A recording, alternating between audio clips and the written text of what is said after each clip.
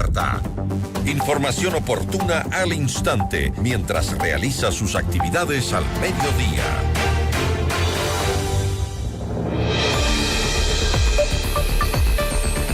Vamos a ir con nuestra primera entrevista con el ministro de Obras Públicas, Roberto Luque, sobre la situación del invierno y cómo está afectado las vías en general en el país, y también sobre la terminación de la delegación del anillo vial del centro sur de Manabí, que es una decisión que la prefectura manabita ha calificado como política. ¿Por qué se suspendió la delegación de esta vía, la vía Portoviejo-Montecristi? Nuestra entrevista de hoy en Notimundo a la Carta. Nos acompaña a esta hora Roberto Luque, ministro de Transporte y Obras Públicas. Ministro, ¿cómo está? Muy buenas tardes, gracias por acompañarnos. Buenas tardes, un gusto estar aquí en FM Mundo. Un saludo a toda la audiencia y presto a responder sus preguntas. Muchísimas gracias. Quisiera empezar con el tema de la terminación de este acuerdo con Manabí, con las autoridades de Manabí. Entiendo que el anillo vial del Centro Sur era el único concesionado en la provincia y ha sido administrado durante 19 años por la prefectura, ya que es uno de los más transitados, ¿no? ¿Por qué la terminación anticipada de este convenio, ministro?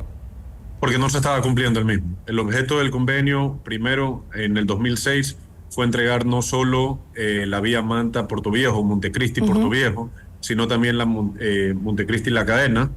En el 2011, el gobierno del presidente Correa quita la delegación de Montecristi-La Cadena. Se iban a instalar unas casetas de peaje en la zona de Quimís y eso fue removido justamente para que el Ministerio de Transporte y Obras Públicas ese entonces intervenga en esa vía. Acá lo que nosotros estamos viendo en la vía de Montecristi y Portoviejo es que el objeto del convenio no se estaba cumpliendo.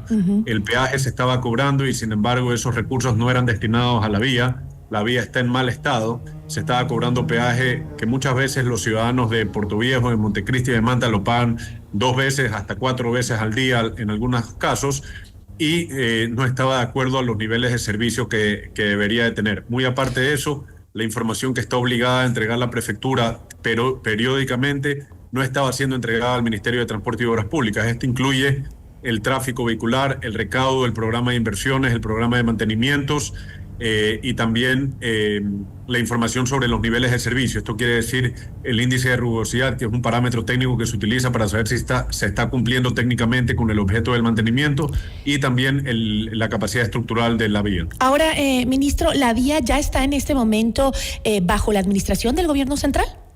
No, la resolución establece 5 días para poder entregar.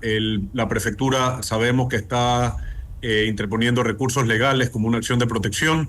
Y nosotros evidentemente vamos a apelar, pero estamos listos para intervenir. Ahora, el prefecto de Manabí, Leonardo Orlando, había calificado la decisión como un duro golpe a la descentralización y al derecho de los manabitas a su desarrollo con autonomía. Eso es textualmente lo que dijo justamente Orlando. ¿La centralización de la administración vial ha dado resultado en el país? No, de hecho, más bien todo lo contrario. En este periodo, por ejemplo, y es un caso justamente de Manabí, nosotros cuando llegamos encontramos un contrato que es el de la Autoridad Portuaria de Manta para el puerto de Manta, el Muelle Internacional de Manta, que todo el mundo conoce las serias observaciones que habían sobre ese contrato con regalías al Estado que llevan a cerca de 800.000, $1 millón, que es básicamente 3% de los ingresos. Nosotros duplicamos eso en una renegociación y aparte hicimos que en una ley económica urgente se establezca que dichas regalías en un 70% vayan a la prefectura de Manabí, a la ciudad de Manta. No hay acción más descentralizadora que esa de ahí, por un lado. El tema de la descentralización, que es loable y es bueno, se motiva bajo un concepto de falta de atención que se da inicialmente a un determinado fin, una determinada actividad.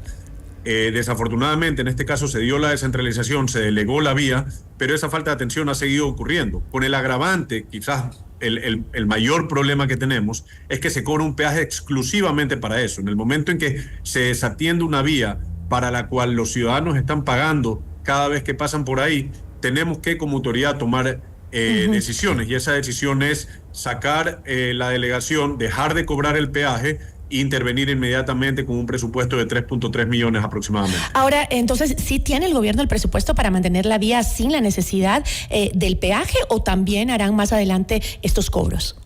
A ver, mire, dentro de la Secretaría de Inversiones Público-Privadas, recuerde que nosotros en la primera ley económica urgente aprobamos la ley de alianzas público-privadas, y una de las vías que son importantísimas para Manabí, para potenciar un puerto que es estratégico para el país, como el puerto de Manta, es la Manta Quevedo. La Manta Quevedo ya se encuentra con análisis de prefactibilidad dentro de la Secretaría de Inversiones Público-Privadas, y parte de este corredor vial ya involucra a esa zona, porque evidentemente todo lo que viene de los ríos y de Guayas rural, de Guayas más va a usar Montecristi y La Cadena, pero todo lo de los ríos, Pichincha y la zona norte del país que quiera exportarse por el puerto de Manta va a usar la vía desde Quevedo hasta Manta, y parte de este corredor vial es justamente la Manta Puerto Viejo, que es la que estamos ahorita interviniendo. Entonces, evidentemente la queremos considerar para la alianza público-privada que estamos manejando a través de la Secretaría de Inversión Público-Privada. Pero eso quiere decir que se va a incorporar entonces algún tipo de cobro también. Sí, posiblemente, pero en un tramo mucho más largo, no solo en los 22 kilómetros, sino en un tramo mucho más largo de la Manta Quevedo. Lo que estamos haciendo ahorita es el análisis de prefectibilidad, de ahí va a salir una estructuración financiera. Esa estructuración financiera nos va a decir cuánto aporte estatal se necesita, si es que puede ser en la construcción o en la operación, y ese aporte estatal nosotros no estamos descartando ponerlo antes de que se licite el proyecto en forma de obra pública tradicional. Así estamos haciendo, por ejemplo, la vía Babahoyo-Buena Fe, en donde tenemos el proyecto en la alianza público, en la Secretaría de Inversiones Público-Privadas, pero estamos adelantando con 34 millones de inversión pública para poder ampliar a 4 carriles en 20 kilómetros y hacer carriles de rebasamiento en el resto de 90 kilómetros, cerca de 4 zonas de rebasamiento con 4 carriles de 3 kilómetros de longitud aproximadamente. Y mientras se defina todo esto, pues se va a dejar de cobrar el peaje. Se va a cobrar, sí, se va a dejar de cobrar el peaje, pero estamos listos para intervenir esta semana mismo en la vía, ¿no? Ahora, si esto es positivo para la provincia y para la mejor vialidad en la zona, ¿cómo cree usted que van a ver cómo y cuándo verán los manavitas una mejora en la administración? Bueno, inmediatamente. Nosotros estamos listos para intervenir esta semana. Los trabajos están contemplados que duren aproximadamente 45 a 60 días. Y en función de eso, una vez terminado ese plazo, la vía va a quedar con bacheo mayor y menor, reparación de ciertas obras de infraestructura de drenaje, señalización horizontal y vertical e iluminación, que estamos trabajando en conjunto con el Ministerio de Energía y Minas y CENEL Manabí. El Consorcio de Gobiernos Autónomos Provinciales del Ecuador, el CONGOPE, también se pronunció al respecto, dijo que rechazaba que el Ministerio de Transporte ponga fin a este convenio, dijo que la medida fue adoptada sin el debido proceso, sin diálogo ni coordinación con el gobierno provincial, y alertaba que esta medida marca un grave precedente para la gestión descentralizadora de la infraestructura vial del país. ¿Por qué razón regresar a la centralización de la administración vial? No estamos regresando a la centralización de la administración vial. Estamos simplemente terminando un convenio que no estaba cumpliendo su objeto. Yo no entiendo la indignación de las autoridades de la RC. ¿Será porque la prefecta del Guayas, la prefecta Pavón de Pichincha, la prefecta Núñez de Santo Domingo y el prefecto Orlando de Manabí son los únicos que tienen vías delegadas que han mostrado serias deficiencias? Cada vez que tenemos un problema en Santo Domingo, hay problemas de tráfico en la vía Loac Santo Domingo, que une Pichincha con Santo Domingo, valga la redundancia. Tenemos el problema de Manabí, esta vía que está con serios condicionamientos, y ya sabemos lo que pasó con el puente en Daule en Guayas. Entonces tenemos serios problemas con el tema descentralizado. No queremos volver a un sistema necesariamente centralizado, pero sí tenemos que tener control sobre qué es lo que está sucediendo. ¿Y cuál es el estado actual de las vías? Perdón, déjeme terminar. Casi todos estos convenios no se están cumpliendo, no nos están mandando información de nada, y ellos están obligados a enviarnos información. ¿Y cuál es el estado, por ejemplo, que en este momento de las vías administradas por el Ministerio de Obras Públicas? ¿Es mucho mejor? A ver, de las vías concesionadas es bastante mejor. ¿Ya? El problema es que el agravante está en cuando uno paga un peaje y que no se cumple el objeto. Donde no están bien en nuestras vías concesionadas, le voy a dar un ejemplo: la vía de Consur. Es una vía que es delegada, concesionada directamente por el ministerio a un privado, en donde se está cobrando un peaje a pesar de no se han hecho las obras, y nosotros estamos batallando, en ese caso, no con una prefectura, sino con un ente privado, por tratar de solucionar una vía que es prioritaria para el país y que su objeto no se ha cumplido, en donde estamos en un arbitraje internacional, en donde ya hemos tomado la postura de la intervención y donde estamos tomando algunas medidas, entre esas una auditoría y todas las previsiones para poder ingresar rápidamente con maquinaria, que es lo que el presidente Noboa nos ha dispuesto. Ahora, ¿existe alguna multa para el gobierno en la terminación anticipada y unilateral del convenio o no? No. Pasemos al tema del invierno, que también tiene que ver con las vías que muchas han tenido problemas en este duro invierno. ¿Cuál es el estado actual de estas vías que han sido afectadas por los duros aguaceros que hemos vivido en prácticamente todo el país? Bueno, me gustaría separar la respuesta en dos partes. La primera, que se hizo en la parte preventiva. En la parte preventiva, nosotros cuando recibimos el ministerio, teníamos un contrato que estaba por declararse desierto, un proceso de adjudicación de puentes Baylis. Nosotros lo revivimos, lo contratamos, nos dieron los puentes Baylis y los hemos localizado en sitios estratégicos donde si no se hubieran colocado seguramente tuviéramos problemas como lo que estamos viendo en alguna parte de la red vial estatal. Aparte de eso, en el plan de conservación vial se le dio mucha importancia a todo lo que es mantenimiento de cunetas, alcantarillas y obras de drenaje en general, que es uno de los problemas más graves que tenemos en la red vial estatal. En la parte reactiva hemos hecho un importante aumento de maquinarias, casi duplicada la maquinaria que tenemos a nivel nacional, sobre todo en las provincias afectadas y declaradas por emergencia por el COE, para tener redundancia y cantidad de maquinarias, de tal manera que cuando suscite un problema en la red vial estatal, que en la mayoría de casos en la zona interandina, por ejemplo, es deslizamientos que interrumpen el paso de vías, poder reaccionar rápidamente. Aparte de eso, evidentemente en todo este año hemos trabajado en nuevos contratos y contratos de atención de puntos críticos para poder prevenir este tema. Por ejemplo, en la vía Cuenca-Girón Pasaje tenemos un contrato por 1.7 millones de dólares de atención de puntos críticos. ¿Es esta la solución al problema de la Cuenca Girón Pasaje? No. El problema es buscar una solución definitiva, con un diseño definitivo que se está licitando actualmente con fondos del Banco Mundial por un presupuesto referencial de 2.2 millones de dólares para que nos digan qué trabajos son los que tenemos que hacer. Aparte de eso, tenemos licitación de varias obras que van a dar soluciones definitivas en el mediano y largo plazo, ¿no?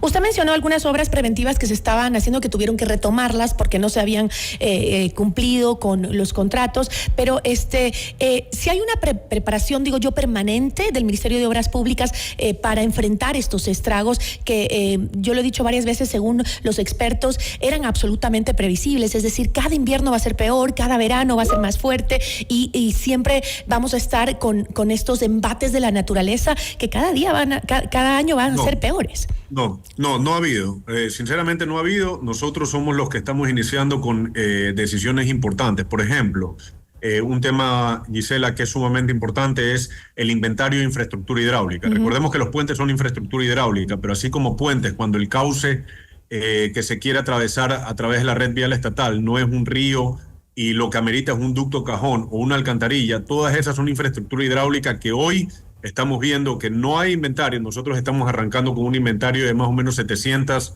en el eje vial de la ruta del Espóndilus, pero esto hay que hacerlo a nivel nacional. Y en puentes hay que hacer un plan de gestión integrado de puente, que lo que conlleva es inventariar el puente de acuerdo a su tipología, de acuerdo a su longitud, de acuerdo a cuándo fue hecho, de acuerdo al tráfico, para rankearlo de alguna manera y en función de los recursos limitados poder tomar decisiones como priorización de inversiones por un lado, pero también quizás limitar capacidad en ciertos otros o hacer estudios más avanzados en algunos otros puentes. Entonces, de esa manera podemos tomar decisiones. Hoy lo que tenemos es un ministerio que en los últimos años ha tomado decisiones reactivas. La ciudadanía se queja del puente Vicente Rocafuerte, entonces lo vamos a intervenir. La ciudadanía se queja del puente de la Truncal, entonces vamos a colocar un Bailey. No hay un sistema integrado que nos permita tomar decisiones rápidamente. Eso lo hemos venido trabajando nosotros. Lamentablemente esos proyectos demoran mucho más del tiempo que hemos estado en el ejercicio de la función. ¿Y cuál es la inversión que ha puesto el gobierno para enfrentar este invierno en temas de vialidad específicamente? Bueno, estamos cerca de los 15 millones ya gastados o comprometidos con contratos de emergencia, con suministros, con contratos de prevención y contratos emergentes para realizar actividades respondiendo a la temporada invernal. Si aumentamos lo que fue en prevención, deberíamos de sumar unos 7, 8 millones adicionales. ¿Existen algunas infraestructuras como puentes en donde el gobierno local no haya podido concluir el mantenimiento? Porque eso es lo que ha pasado en varios sectores, que el gobierno local que está a cargo del mantenimiento no lo hace, y ahí es cuando vemos problemas. Pero el gobierno local puede o podía haberle dicho previamente al gobierno central, no puedo mantener este puente, ayúdeme, porque han sucedido que simplemente colapsan y después dicen no le habían dado nunca mantenimiento. Sí, mire, en la red vial provincial, y en GATS, en cantones, en municipios, tenemos problemas de cierta infraestructura. Cuando nosotros podemos ayudar inmediatamente con convenios, entramos y ayudamos en ciertos temas. Ahora, hay que reconocer algo, y nosotros somos sumamente responsables y autocríticos en el tema. Nuestra red vial estatal no está en buen estado. Hemos tenido una falta de mantenimiento en los últimos años que es imposible corregirla en un año. Hemos hecho esfuerzos enormes para poder tratar la mayoría de problemas, pero yo no voy a dejar de reconocer de que hay mucho por hacer y mucho por aumentar. Lamentablemente esa es la situación. Hemos invertido, hemos tratado de arrastrar, pero necesitamos muchos más recursos para hacerlo. Hemos tomado decisiones importantes en materia regulatoria, en materia legislativa, alianzas público-privadas que van a ayudar a este problema, y hemos sacrificado presupuestos importantes para este objeto, pero necesitamos ya ahorita sí tener un inventario, un programa que nos permita priorizar inversiones y reconocer los problemas para poder atacarlos. Y eso es evidente. Y parte de eso también es reconocer que hay mucha red vial estatal que no debería de ser red vial estatal, y ese proceso tiene que empezar a gradualmente ser socializado con autoridades locales para que vayan pasando a la red vial provincial. Lamentablemente en el gobierno anterior se hizo de un plumazo un acuerdo ministerial que pasó red vial estatal a red vial provincial y viceversa, red vial provincial a red vial estatal, y muchas autoridades se nos han quejado. Nosotros hemos revertido ciertos de estos temas simplemente porque no hubo una socialización, pero sí va a llegar un momento en donde tenemos que sentarnos autoridades, prefecturas, y decir qué realmente es red vial estatal, qué es realmente red vial provincial, y empezar a poner casa en orden sobre estos temas. En nuestro caso lo estamos haciendo con sobre todo estos inventarios y este diagnóstico de infraestructura hidráulica que tan importante es. Y eso es básico para también asignar los presupuestos, ¿no? Ahora, ¿existen zonas en el país que en este momento hayan quedado aisladas por los problemas en las carreteras? Tenemos, sobre todo en Loja, problemas. Ahora, después de la entrevista, le voy a pasar el detalle de cuáles vías están deshabilitadas o parcialmente habilitadas, pero en Loja es donde hoy estamos teniendo mayores problemas. De ahí, la mayoría de sitios en donde hemos tenido interrupciones han sido habilitados en diferentes tiempos. Hay cosas que se resuelven en un par de horas o 4 horas, hay otras que pueden demorar un par de días, y hubo ciertos casos excepcionales que nos demoramos de 7 días a 14 días aproximadamente. Ministro, yo le agradezco muchísimo, y espero entonces que me envíe la nota sobre las vías que están habilitadas para poder comunicarla al país entero, porque son muchas las vías que se han visto afectadas en este invierno. Sí, yo le paso con todo gusto, y siempre son más que bienvenidos de comunicarse o acceder a las páginas del ministerio, en donde tenemos todos los informativos sobre lo que está consultando, pero se lo vamos a hacer llegar. Le agradezco muchísimo. Hasta luego, muchísimas gracias. Una buena tarde. Nos acompañó Roberto Luque, ministro de Transporte y Obras Públicas. Notimundo a la carta. 60 minutos.